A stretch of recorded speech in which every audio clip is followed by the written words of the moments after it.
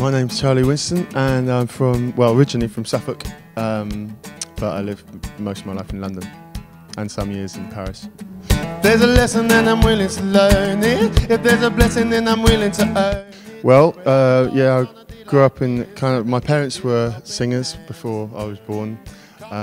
They were sort of like a duo, and when I was 2 they bought a hotel and they wanted to make it a hub of entertainment, so they put on lots of theatre, lots of bands every weekend, comedy nights, can dances, all sorts of shit. And so I think from a young age I kind of got to see and I saw my parents singing in lock-ins most nights as well, so it was a way to get attention. Was, as children want to get attention from their parents, you know, they realise, okay, you've got to go on stage.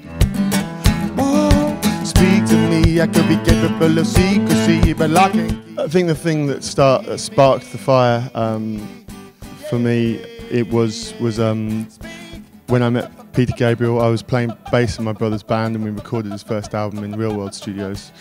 And there I became friends with his daughter Mel, who just practically moved next door to me in London. And she used to come to a lot of my gigs, and then from there I got to know Peter, and then he eventually signed me to his record label. In fact, I was babysitting for his 3-year-old son one night, and that was the night I gave him my CD. And a few months later he came back and just said he really liked it, and he said it reminded him of his early Genesis stuff, which I don't know where that came from, but I was like, cool, that sounds good to me. And then from there on, it just the ball started to roll. You know, any kind of association with someone like that always helps. So he invited me on tour with him. I went on tour around Europe, and then it just started to give me a little bit of profile. See, but lock and key is never gonna free me. Hey, hey, hey, hey, hey, speak. Do I record to play live or vice versa? Where do I record for?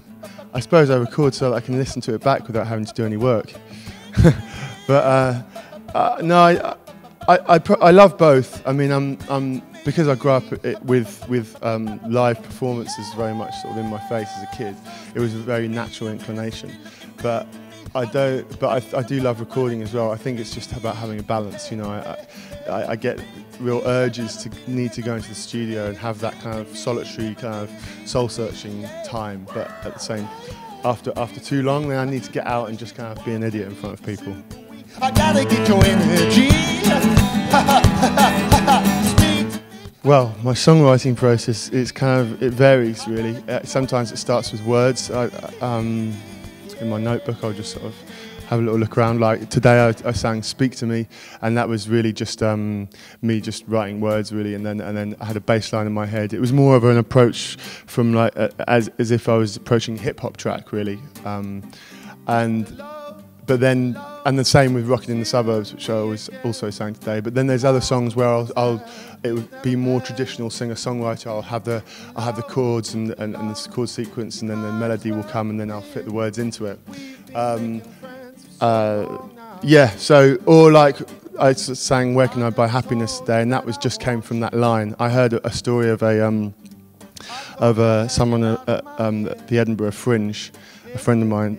A friend of a friend, who was she dressed up in an alien outfit, and then she went around Rose Street tapping people on the shoulder, saying, "Excuse me, where can I buy happiness?" And I just thought that was quite an interesting take on sort of the commercial world.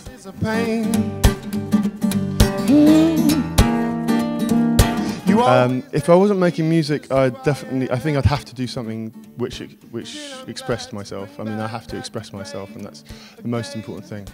I think it would be filmmaking, perhaps, or theatre. I'd be a director of some sort, even choreographer, perhaps.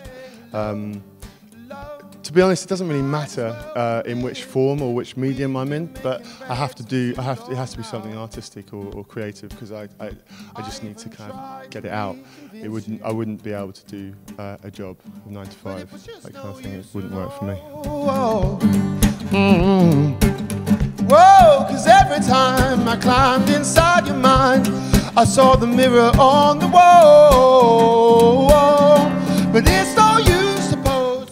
Apparently 2013 won't happen, because it will be the end of the world next Friday. This Friday, it's all gonna end, according to the Minds. So I don't really know about 2013, but in terms of what plans I have, if they'll have any reading next year, it's going to involve writing another record, releasing this record in the UK and States and elsewhere. And I'm writing an opera as well at the moment, a kind of sort of slam opera. I'm also writing a story for a movie, which I want to direct, and I'm doing a collaboration with a sort of more urban artist.